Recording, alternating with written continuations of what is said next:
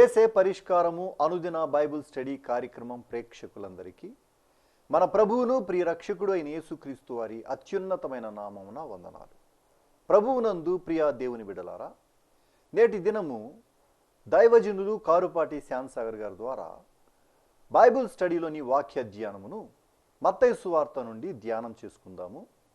మీరందరూ బైబిల్తోనూ నోట్బుక్తోనూ సిద్ధపడి ఉంటే దైవజనులు కారుపాటి శ్యామ్సాగర్ గారు ప్రార్థన చేసి ఈ దినపు వాక్య పరిచర్య చేస్తారు.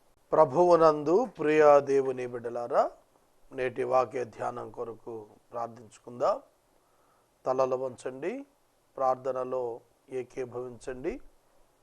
ఈనాటి వాక్య ఉపదేశానికి సహకారులు లేరు. ఈ మాసం 23 దినాల్లో చాలా తక్కువ మంది ఎపిసోడ్ సహకారులు వచ్చారు. ఈ మాసాంతానికి అవసరతలున్నవి, ప్రభువు తీర్చులాగున ప్రార్థింప మనవి. ప్రార్థన చేసుకుందాం.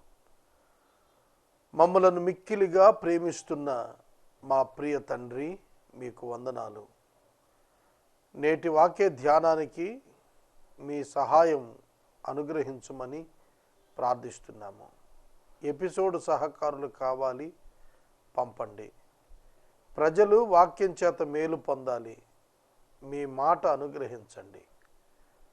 రక్షణ పొందే భాగ్యము బిడ్డలకు దయచేయండి. యేసు ప్రభువు ద్వారా అడుగుచున్నాము తండ్రి, ఆమెన్. ప్రభువునందు ప్రియ దేవుని బిడ్డలారా, దయచేసి మీ పరిశుద్ధ బైబిల్ గ్రంథాన్ని తెరవండి. మత్తయి సువార్త 7వ అధ్యాయము 21వ వచనము నుండి 23వ వచనము వరకు ఉన్న వాక్య భాగం చదువుతాను. ప్రభువా ప్రభువా అని నన్ను పిలుచు ప్రతివాడును పరలోక రాజ్యములో ప్రవేశింపడు గాని పరలోకమందున్న నా తండ్రి చిత్త ప్రకారము చేయువాడే ప్రవేశించును. ఆ దినమందు అనేకులు నన్ను చూచి, ప్రభువా ప్రభువా, మేము నీ నామమున ప్రవచింపలేదా? నీ నామమున దెయ్యములను వెళ్ళగొట్టలేదా? నీ నామమున అనేకమైన అద్భుతములు చేయలేదా అని చెప్పుదురు. అప్పుడు నేను, మిమ్మును ఎన్నడూనూ ఎరుగను, అక్రమము చేయువారలారా, నా యొద్ద నుండి పొండని వారితో చెప్పుదును. 3 వచనాలు నేను చదివాను. దీనిలో చాలా గంభీరమైన హెచ్చరికతో కూడిన సందేశం ఉన్నది. ఇంగ్లీష్లో మరొకసారి చదువుతాను. Not everyone who says to me, Lord, Lord, will enter the kingdom of heaven, but the one who does the will of my Father who is in heaven. On that day many will say to me, Lord, Lord, did we not prophesy in your name, and cast out demons in your name, and do many mighty works in your name? And then will I declare to them, I never knew you. Depart from me, you workers of lawlessness. ఇంగ్లీష్లో చదివాను, తెలుగులో చదివాను. కొన్ని పదాలు మనం వర్ణించాల్సినవి, నేర్చుకోవలసినవి, అర్థం చేసుకొని గ్రహించాల్సినవి ఉన్నాయి. ప్రభువా ప్రభువా ప్రభువా ప్రభువా అనే పదాలు కనిపిస్తున్నాయి. ప్రభువా ప్రభువా అని నన్ను పిలుచు ప్రతివాడు పరలోక రాజ్యములో ప్రవేశింపడు గాని. గాని అనే పదం గనక రాయకపోతే పెద్ద ప్రమాదం వచ్చిండేది. ఒక దినాన 2 సోదరులు నా దగ్గరకు వచ్చారు. వారిలో ఒక ఆయన నాతో మాట్లాడుతూ అన్నాడు, అయ్యా, నేను క్రైస్తవ్యం వదిలి వేరొక దానిలో కలిసిపోయాను అన్నాడు. నేను అడిగాను, ఎందుకు అట్లా కలిసిపోయారంటే, బైబిల్ని చూసే కలిసిపోయాను అన్నాడు. బైబిల్ని చదివి యేసును ఎరుగాలి కానీ యేసును విడిచిపెట్టడం ఏమిటి అని సందేహం వచ్చి, ఏమిటి మరొకసారి చెప్పండి బ్రదర్ అన్నాను. ఆయన ఇదే వచనం చదివాడు. ఆయన నోట కంటతగా చెప్పాడు, ప్రభువా ప్రభువా అని నన్ను పిలుచువాడు పరలోక రాజ్యంలో ప్రవేశింపడు.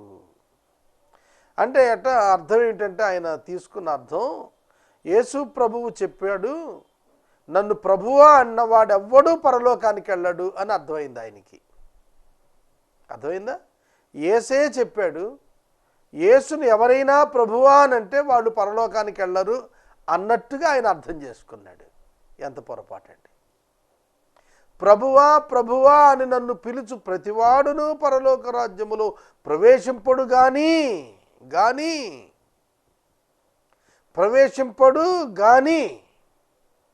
మీరు చూడండి, ప్రవేశింపడు గాని ఒకే పదం. ప్రవేశింపడు కాదు, ప్రవేశింపడు గాని అంటే ఏమిటి అర్థం? నా తండ్రి చిత్తము ప్రకారము జరిగించువాడే ప్రవేశిస్తాడు. కనుక అక్కడ అర్థం చేసుకోవాల్సింది ఏమిటంటే, దేవుని చిత్తము ప్రకారము ప్రవర్తించువాడు పరలోక రాజ్యమున ప్రవేశిస్తాడు. యేసుక్రీస్తు ప్రభువుని వద్దకు వచ్చి ప్రభువా ప్రభువా అని రిలీజియస్గా బ్రతికిన వాడు కాదు. యేసుక్రీస్తు ప్రభువును హృదయమున చేర్చుకున్నట దేవుని చిత్తము. పరలోకమందున్న దేవుని చిత్తం ఏమిటంటే, తన కుమారుడైన యేసుక్రీస్తు నామమునందల విశ్వాసము ద్వారా నీతిమంతునిగా ఉచితంగా తీర్చబడుట. కనుక అది చేసినవాడు, యేసు నామమునందల విశ్వాసము ద్వారా నీతిమంతుడిగా తీర్చబడిన వాడు పరలోకంలో ప్రవేశిస్తాడు. కానీ పశ్చాత్తాపడక ప్రభువునందు విశ్వాసం ఉంచక కేవలం నేను క్రైస్తవుడని మతపరంగా చెప్పుకుంటే నువ్వు పరలోకానికి వెళ్తావు అనుకోవటం భ్రమ. కనుక ఇక్కడ ప్రభు చాలా తేటగా చెబుతున్న మాట ఏమిటంటే, దైవ చిత్తం ఏమిటి, దాని ప్రకారం వెళ్ళాలి, వాళ్ళు ప్రవేశిస్తారు. తర్వాత వచ్చిన అన్నాడు, ఆ దినాన అనేకులు నన్ను చూచి, ఈ పదం అన్నప్పుడు నాకు భయం వేస్తోందండి. అనేకులు అనే పదం చదివినప్పుడే నాకు భయం కలుగుతోంది. On that day many will say to me, many అనేకులు. ఎవరి అనేకులు? ఒకటి, మీ నామమున ప్రవచింపలేదా అంటే ఇప్పుడు నేను వాక్యం చెబుతున్నాను చూశారు, అట్లా అన్నమాట. ప్రాఫెసీ, ప్రవచనం చెబుతున్నారు. మీ నామమున దయ్యములను వెళ్ళగొట్టలేదా, నీ నామమున మహత్కార్యములను అద్భుతములను మేము చెయ్యలేదా? అర్థమవుతుందా? 3 విషయాలు ఆయన ముందు ఉంచారు. 1, నీ నామమున ప్రవచింపలేదా. 2, నీ నామమున దయ్యములను వెళ్ళగొట్టలేదా. 3, నీ నామమున అద్భుతములను చేయలేదా. These all are true things in their life. వారి జీవితంలో ఈ 3 ప్రశ్నలు అవుననే ఉన్నాయి. అవును, వారు అద్భుతాలు చేశారు. అవును, వారు బోధలు చేశారు. అవును, వారు దయ్యాలు వదిలించారు. కానీ యేసు నామము పేరట చేశారు, వాళ్ళు యేసును ఎరుగకుండా చేశారు. పై వచ్చిన ప్రకారం తండ్రి యొక్క చిత్తం ప్రకారం కాకుండా యేసు నామాన్ని వినియోగించి చేశాడు. దొంగకు దొరికిన తాళం కప్ప ఓపెన్ అవుతుంది. యేసు నామాన్ని విశ్వాసి వాడితేనే కాదు, అవిశ్వాసి వాడినా దయ్యాలు పారిపోతాయి. యేసు నామమునందు ఉన్న శక్తిని బట్టి దయ్యము పారిపోయింది. యేసు నామమునందు ఉన్న శక్తిని బట్టి నీవు ప్రవచనం చెప్పావు, వాక్యం చెప్పావు. యేసు నామమునందు ఉన్నటువంటి శక్తిని బట్టి నీవు అద్భుతాలు చేసావు తప్ప నీ సొంతం కాదు. కనుక ఈ మినిస్ట్రీస్కి నేను ఎప్పుడు దూరంగా ఉన్నాను. ప్రాఫెటిక్ మినిస్ట్రీ, జరగబోయేది చెప్పేయటం. 2వది దయ్యాలను వదలగొట్టం, మిరకల్స్ పెర్ఫార్మెన్స్, స్వస్థతలు. ఇవి దూరంగా ఉన్నాను నేను. 25 ఏళ్లలో వాటి జోలికి వెళ్ళలా, వాటి అవసరతకు వెళ్ళలా. కనుక మనం ఏం గ్రహించాలి? చాలామంది అనుకుంటారు అద్భుత కార్యాలు చేస్తేనే భక్తి సేవకుడు, గొప్పగా ప్రవచనాలు చెప్పేస్తేనే సేవకుడు బోధకుడు. కాదు, అది పొరపాటు అవగాహన. చాలామంది ప్రజలు ఇట్లాంటి అభిప్రాయంతో ఉండబట్టే అబద్ధ బోధకులు రాజ్యం వెళ్తున్నారు. చక్కగా లైమ్ లైట్లో బ్యూటిఫుల్గా శాస్త్రులు పరిచయంలాగా కనిపిస్తున్నారు. పెద్ద పెద్ద భవనాలు గుళ్ళకు కట్టుకుంటూ, చక్కటి అంగీలు వేసుకుంటూ చాలా బలమైన సేవకులుగా ఉన్నట్టుగా కనబడుతూ ఉంటారు. కానీ వారు చేస్తున్న అద్భుతాలు, వారు చేస్తున్నటువంటి కార్యాలు వారికి సంబంధం లేనివి. ప్రభు ఒక్క మాటలో కొట్టేశాడు. ఏమన్నాడు తెలిసినా వారిని, నేను మిమ్మును ఎన్నడును ఎరుగను. The dangerous word from the mouth of Jesus Christ. నేను మిమ్మును ఎన్నడును ఎరుగను, ఎన్నడును ఎరుగను. And then will I declare to them, I never knew you. I never knew you. నేను రికార్డింగ్స్ చేసేటప్పుడు ఎప్పుడు చెబుతుంటాను. ఇప్పుడు నేను 5,000 ప్రసంగాలు పైగా యేసయ్య పరిష్కారంలో మాట్లాడాను.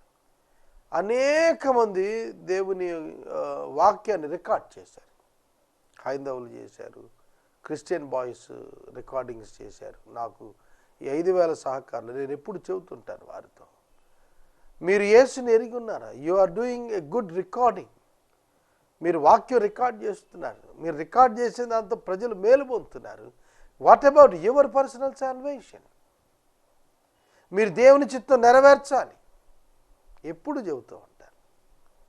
కనుక మనం క్రిస్టియన్ మీడియాలో పనిచేస్తే పరలోకానికి వెళ్ళిపోతామని భ్రమ కళ్ళద్దు. క్రిస్టియన్ ఆర్గనైజేషన్లో పనిచేసేస్తే పరలోకానికి వెళ్ళిపోతామని అనుకోవద్దు. క్రిస్టియన్ చర్చ్ యాక్టివిటీల్లోకి వెళ్ళిపోయినంత మాత్రం పరలోకానికి వెళ్ళిపోతాం అని అనుకోవద్దు. Your personal salvation is important. నువ్వు వ్యక్తిగతంగా రక్షించబడటం ముఖ్యం. అలా కాకుండా నీ బ్రతుకును నీ ఇష్టం వచ్చినట్లుగా గడిపి లాలెస్నెస్, అక్రమము చేయువారులారా, అక్రమము చేయువారులారా, యు వర్కర్స్ ఆఫ్ లాలెస్నెస్. పద్ధతి, వరుస, వ్యవహారం లేకుండా బతికిన బ్రతుకులు గలవారులారా, గెట్ అవుట్ అన్నాడు. నా యొద్ద నుండి మీరు పొండి. I never knew you, depart from me, depart from మీ. ఈ మాట యేసు ప్రభు తీర్పు దినాన్ని మాట్లాడబోతున్న మాట. గొర్రెలు మేకలు సెపరేషన్ జడ్జిమెంట్లో మాట్లాడబోయే మాట అది. తొలగిపోండి, నా యొద్ద నుండి దూరంగా పోండి అని చెబుతున్నాడు. యేసయ్య 33.5 సంవత్సరాలు ఎవరిని వెళ్ళిపోమని చెప్పలా, కానీ ఇది తీర్పు దినానికి వచ్చిన మాట. అది ఆయన నరావతారిగా ఉన్న దినాల్లో 33.5 ఏళ్లలో చెప్పే మాట గురించి కాదు. ఆ దినమున, ఏ దినమున? In the day of his second coming.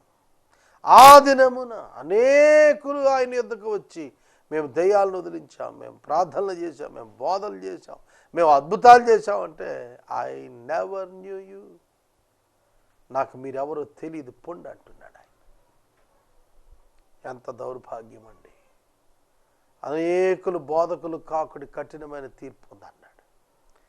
నేను అందుకనే యేసే పరిష్కారానికి కన్ఫైన్డ్ అయిపోయి ఉన్నాను ఇన్ని సంవత్సరాల్లో. నేను మాట్లాడుతున్నప్పుడు వణుకుతున్నాను. ఎందుకంటే ప్రభు ముందు నేను నిలబడినప్పుడు యోగ్యునిగా ఉండగలుగుతానా? దయ్యాలను వదిలిచ్చి అద్భుతాలు చేసి ప్రవచనాలు చెప్పేసి నేను రక్షణ లేకుండా ఉంటే నా ప్రయోజనం ఏమిటి? నా బ్రతుకు వల్ల one day you will caste out, నువ్వు బయట తోసేయబడతావు. జాగ్రత్త. కనుక do not be deceived by the miracles. 21వ శతాబ్దం అంతా కూడా మెరకల్స్ మయం అయిపోయిందండి. మెరాకల్స్ మయం. మ్యూజిషియన్స్ మెరాకల్స్ చేసినట్టుగా చేస్తున్నారు వాళ్ళు క్రిస్టియన్స్ బోధకులు. జాగ్రత్త, ఒక దినం వస్తుంది, ఆనాడు నీవెక్కడ నిలుస్తావు? ఇది నిన్ను నీవు ప్రశ్నించుకోవలసినటువంటిది. ప్రధానంగా ఈ మెరాకిల్ పెర్ఫార్మర్స్గా ఉన్నవాళ్ళు తమ జీవితాలను ఒక్కసారి ఆలోచన చేసుకోవాలి. వేర్ దే ఆర్, ఎక్కడున్నారు వాళ్ళు, ఎలా ఉంటున్నారు, ఎలా బ్రతుకుతున్నారు? లాలెస్నెస్ ఇన్ దేర్ లైఫ్స్, చట్టం లేనటువంటి జీవితాలు. ఇవాళ మనకు చట్టాన్ని గౌరవించడం ఇష్టం ఉండదు. ఎక్కడైనా డైవర్షన్ బోర్డు పెట్టారనుకోండి, చికాకు పడిపోతాం. లాలెస్నెస్. ఏదైనా మనకి ప్రతికూలంగా అనిపించినప్పుడు చట్టాన్ని అనుసరించాలంటే చికాకు పడుతూ ఉంటాం. కనుక లాలెస్నెస్, అక్రమం చేయడం, క్రమం లేకపోవటం, దేవుడు నిర్ణయించిన ధర్మశాస్త్రం ప్రకారం ఆ దినాలు వాళ్ళు నడవకపోవటం, దేవుడు మనుషులను కోరిన పద్ధతిలో మనుషులు జీవించలేకపోవటం. అందుకే అన్నాడు, అక్రమము చేయవాళ్ళారా నా యుద్ధ నుండి తొలగిపోండి. మనం ప్రభువుకు వ్యతిరేకంగా జీవిస్తున్నామా? ప్రభువుకు వ్యతిరేకంగా తలస్తున్నామా? ప్రభువుకు వ్యతిరేకంగా తీర్మానిస్తున్నామా? మనలను మనం ఒకసారి పరీక్షించుకోవాలి. మనుషులకు భయపడకండి, తీర్పు తీర్చు దేవునికి భయపడండి. మనుషులు ఇంతలో కనపడి అంతలో ఆవిరైపోయేటువంటి వారు. వారికి భయపడటం వేళ శాశ్వతంగా ఉండే దేవునికి భయపడటం మనం నేర్చుకోవాలి. 24వ వచనం నుండి మళ్ళీ మనకి 27వ వచనం వరకు ఉన్న వాక్య భాగంలో అద్భుతమైనటువంటి సందేశం మనకు కనిపిస్తుంది. బండ మీద కట్టుకున్న ఇల్లు, ఇసుక మీద కట్టుకున్న ఇల్లు. పునాది మీద కట్టినటువంటి ఇల్లు, పునాది లేకుండా కట్టుకున్నటువంటి ఇల్లు. ఇసుక మీద ఇల్లు బుద్ధిహీనుని బ్రతుకు, బండ మీద కట్టిన ఇల్లు నీతిమంతుని బ్రతుకు. బండ మీద కట్టుకున్నవాడు తుఫాను వచ్చినప్పుడు, గాలి వచ్చినప్పుడు, వరదలు వచ్చినప్పుడు, వానలు కురిసినప్పుడు కృంగిపోవడం. ఎందుకంటే ఎత్తైన స్థలంలో రాతి బండ మీద కట్టుకున్నాడు, అది పడిపోదు, నీరు కోల్చదు. కానీ నేల మీద ఇసుక మీద కట్టుకున్నాడు, ప్రవాహంగా కొట్టుకెళ్ళిపోతుంది. ఇప్పుడు మేము రికార్డింగ్ చేసే స్టూడియో ఉన్నది రెవెన్యూ ప్యూన్స్ లైన్ అంటారు. మా ఇల్లు కూడా పక్కనే. మా ఇంటికి ఎదరింటికి మధ్యన ఉన్న రోడ్డు ఒకప్పుడు తమ్మిలేరు ఇసుక పాయ. తమిళేట్లో నీరు ఎక్సెస్ వాటర్ వచ్చినప్పుడు ఈ పాయ గుండా జూట్ మిల్కి వెళ్ళేది అట్ట వాటర్. అప్పట్లో ఒక 40 years బ్యాక్ విషయం చెబుతున్నాను నేను. 2 ఇండ్ల మధ్య ఒక ఇసుక పాయ వెళ్ళింది. కనుక ఇసుక మీద కట్టుకున్న ఇల్లు అంటే పునాదులు లేకుండా కట్టుకున్న ఇల్లు, వర్షం వచ్చినప్పుడు కొట్టుకుపోయేటట్టుగా కట్టుకున్న ఇల్లు బుద్ధిహీనుని యొక్క ఇల్లును జ్ఞాపకం చేస్తుంది. బుద్ధిహీనుని యొక్క బ్రతుకును జ్ఞాపకం చేస్తుంది. కనుక బుద్ధిమంతుడుగా అయితే క్రీస్తు అను బండ మీద నీ జీవితం కట్టుకో. నువ్వు బుద్ధిహీనుడు అయితే ఇసుక మీద అంటే నీ స్వచిత్తం మీద కట్టుకో, నీపై ఆధారపడి కట్టుకో. అది ఇసుక మీద కట్టబడిన జీవితం అంటే ఇష్టానుసారంగా వ్యక్తిగతంగా లబ్ధి కొరకు కట్టుకునేది. బండ మీద కట్టినటువంటిది ప్రభువు మహిమార్థం కట్టినటువంటిది. ముందస్తుగానే ఎక్స్పెక్ట్ చేసి వాన, వర్షం, వరద, తుఫాను, గాలి అన్ని ముందే ఎక్స్పెక్ట్ చేసి దాని స్థాయికి తగినదిగా కట్టుకోవటం, బండ మీద కట్టుకోవటం. కనుక యేసు క్రీస్తుపై తన జీవితాన్ని నిర్మాణం చేసుకున్నవాడు ఏ శోధనకు పడిపోడు, ఏ విధమైన శ్రమకు కృంగిపోడు. సోదరుడా, సోదరి, అందుకని అంటున్నాడు, ఈ నా మాటలు విని వాటి చొప్పున చేయి ప్రతివాడు. ఏమిటా మాటలు? పైన చెప్పాడు కదా, ఈ నా మాటలు విని అంటే లాలెస్నెస్ కాదు, లాఫుల్నెస్. మన జీవితంలో ఆయన చట్టమును నెరవేర్చినప్పుడు ఆయన మనలను బండ మీద కట్టిన ఇంటిలాగా ఉంటామని చెబుతున్నాడు. వాన వచ్చినా, వరద వచ్చినా, కురిసినా, తుఫానులు వచ్చినా భయం లేదు. ఎప్పుడు మన జీవితం ప్రభువుపై ఆధారపడి ఉంటుందో, యేసు క్రీస్తు మీద మన యొక్క మనసు ఆనుకొని ఉంటుందో, అప్పుడు శ్రమలు, కష్టాలు, నష్టాలు మనలను కృంగ చేయవు, మనలను బాధించలేవు. అధిక కాలం, ఎక్కువ కాలం నిన్ను బాధించలేవు, తాత్కాలికంగా మారిపోతాయి. ప్రభు వాటిని త్రిప్పివేస్తాడు. కనుక నీ బ్రతుకు ఎక్కడ కట్టుకుంటున్నావు?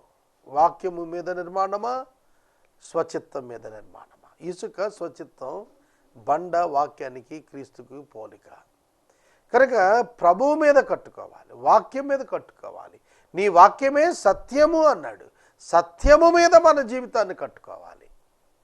ఆ సత్యం మీద మనం జీవితాన్ని కట్టుకుంటే వైఫల్యం వైపు నడిపించబడతాం. ఇది వాస్తవం, దీన్ని మీరు గుర్తెరగాలని ప్రభు పేట నేను మనవి చేస్తూ ఉన్నాను. యేసు ఈ మాటలు చెప్పి ముగించినప్పుడు, ఏ మాటలు చెప్పి 5, 6, 7 అధ్యాయాల్లో ఉన్న ఈ మాటలు చెప్పి ముగించాడు. 5వ అధ్యాయం ప్రారంభంలో కొండ మీద ఎక్కి కూర్చుండి తన చుట్టూ ఉన్న శిష్యులను తన యొద్దకు పిలిచి వారికి ఎలాగు బోధించుట ఆరంభించెను అనే పదం అక్కడ కనిపిస్తుంది.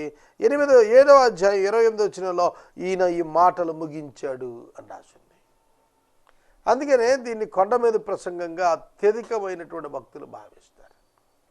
ఇవి మిగతా సువార్తల్లో డిఫరెంట్ ఇన్సిడెంట్స్గా ఉన్నా కూడాను ఒకే బోధగా ఇక్కడ మనకు కనిపిస్తుంది.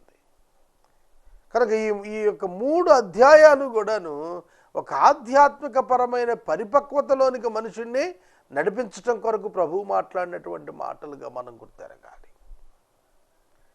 చాలా సందర్భాల్లో మనం వాక్యానికి విభిన్నంగా ఆలోచిస్తాం, వాక్యానికి తిరస్కారంగా పనిచేస్తుంటాం.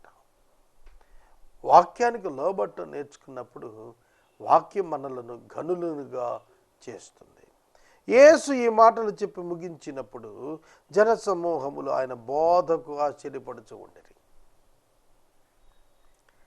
12వ సంవత్సరంలోనే శాస్త్రులు పరిసయ్యులు ఆయనకున్న అబ్బురమైన పాండిత్యానికి, ఆశ్చర్యకరమైన పాండిత్యానికి ఆశ్చర్యపడ్డారు. ఇక ఆయన 30 సంవత్సరాలు దాటిన తర్వాత పరిచర్యకు వచ్చినాక ఇక మరింత ఆశ్చర్యం కదా. జనసమూహములు ఆయన బోధకు ఆశ్చర్యపడుచు ఉన్నారు. ఒకటి గుర్తుపెట్టుకోండి, దేవుని పిల్లలు ఏదైనా పని చేస్తున్నప్పుడు అవతల వారికి ఆశ్చర్యం కలుగుతుంది.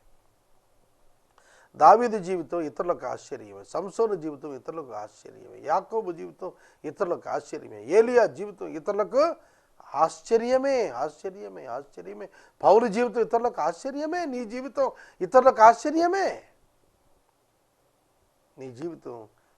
ఆశ్చర్యమే. నీవు ప్రభు బిడ్డవైతే, ప్రభువు పనిలో నీవు ఉంటే, ప్రభువు ఆలోచన చొప్పున నడిస్తే, ప్రభువు బిడ్డగా నీవు కొనసాగటానికి ఇష్టపడితే నీకు వాక్యం చెబుతుంది, నీవు నీ బ్రతుకుని బట్టి ఇతరులు ఆశ్చర్యపడతారు. యేసయ్య బోధ మిగిలిన బోధకుల బోధ కంటే భిన్నంగా ఉంది. నీ లైఫ్ ఇతరుల లైఫ్స్ కంటే భిన్నంగా ఉండాలి. నీ థాట్స్ ఇతరుల థాట్స్ కంటే భిన్నంగా ఉండాలి. కనుక నీ ఆలోచన, నీ తలంపులు, నీ మాటలు, నీ క్రియలు, నీ ఉద్దేశములు అన్నీ కూడా లోకానికి అనుకూలంగా ఉండరాదు, భిన్నంగా ఉండాలి. భిన్నమైనటువంటి వ్యక్తిత్వం లోకంలో మనం కనపరచగలగాలి. క్రీస్తు యొక్క వ్యక్తిత్వం మన యందు పెరిగి వృద్ధి అయి మనకు అనుగ్రహించబడాలి. కాబట్టి ఏలయనగా ఆయన వారి శాస్త్రుల వలె కాక అధికారం గల వారి వలె వారికి బోధించెను. వారి శాస్త్రుల వలె, అండర్లైన్ చేసుకోండి, ఆయన వారి శాస్త్రులు, వాళ్ళతో కలిపేశాడు. శాస్త్రుల వలె అన్న వారి శాస్త్రుల వలె. కనుక they feel proud of their scribes. వాళ్ళ శాస్త్రులను బట్టి వాళ్ళు సంతోషపడుతుంటే ప్రభు చెబుతున్నాడు, మీరు ఆ శాస్త్రం వల్లే, వాళ్ళు శాస్త్రులు బోధ వేరు, ప్రభు యొక్క బోధ వేరు. శాస్త్రులకి అధికారం లేదు బోధలో, ఎందుకంటే వారు దాన్ని ఆచరించని వారికి ఉన్నారు. యేసైతే వాక్యమును అనుసరించి బోధించాడు, వాక్యం చొప్పున నడిచి బోధించాడు. అందుకే ఆయన లైఫ్ చాలా ఇంపార్టెంట్. ఆయన లైఫ్ ప్రభావంతో నిండి ఉంది. సోదరుడా, సోదరి, నీ జీవితం ప్రభావంతో నిండి ఉండాలి అని అంటే ప్రభు అయిన క్రీస్తుని నీవు నీ హృదయంలో చేర్చుకోవాలి. శాస్త్రం వలె కాక అధికారము గలవాని వలె ఆయన వారికి బోధించెను. యేసు బోధలో అధికారం ఉన్నది. యేసు బోధలో అధికారం ఉంది. మన జీవితాల్లో మనం నేర్చుకోవాలి. ప్రభు మనకు సార్వభౌమిక అధికారి అయిన ఆయన మనకు అధికారాన్ని ఇచ్చాడు. God will operate his authority in us. మనలో ఆయన యొక్క శక్తిని పరిపూర్ణం చేసేటువంటి దేవుడిగా మన ప్రభు ఉన్నాడు. కనుక వాటిని ఆచరించక మాట్లాడిన వాడు మిక్కిలి అల్పుడనబడతాడు పరలోకంలో. కనుక మనం ఆయన చిత్తమును ఆచరించే వారంగా మన జీవితాన్ని మోల్డ్ చేసుకోవాలి. మన యొక్క జీవితాన్ని బండ మీద కట్టుకున్న ఇంటి వలె మార్చుకోవాలి. మన యొక్క జీవితంలో మనం దేవుని నుండి దూరం చేయబడే వారిగా ఉండటానికి వీల్లేదు. దేవునికి సమీపంగా ఉండేవారుగా రా నా కుమారుడని ప్రభు పిలిచేట్టుగా ఉండాలి తప్ప నువ్వెవడో నాకు తెలియదు పొమ్మనేట్టుగా బ్రతకూడదు. మనం దేవుడి పేరు చెప్పుకొని బ్రతికినవాడు దేవుడు పొమ్మన్నప్పుడు ప్రజల ముందు తల ఎట్లా ఎత్తుతాం? ఈ రాత్రి నేను వాక్యాన్ని ముగిస్తూ మనవి చేస్తున్నాను. ప్రభువు మహిమార్థం నీ జీవితాన్ని అప్పగించుకో. ప్రభువు మహిమార్థం జీవించటం ప్రారంభించు. నీ జీవితంలో నీవు అద్భుతమైన కృపలను నీవు చూడగలుగుతావు. యేసు ఈ మాటలు చెప్పి ముగించినప్పుడు జనసమూహములు మిక్కిలి ఆశ్చర్యపడ్డారు. వారు శాస్త్రుల వలె కాక ఆయన అధికారం కలిగిన వారి వలె బోధించాడు. ఆయన అధికారానికి లొంగనిది లోబడనిది లేదు. సృష్టిలో సమస్తం ఆయనకు లోబడ్డాయి.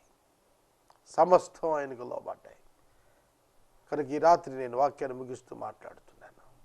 ప్రభువు సమస్తాన్ని మన ఎదుట మన కొరకు ఆయన ఏర్పాటు చేయగలిగినటువంటి వాడు.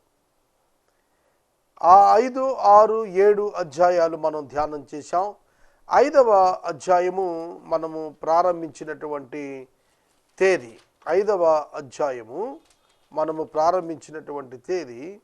22/4/2016.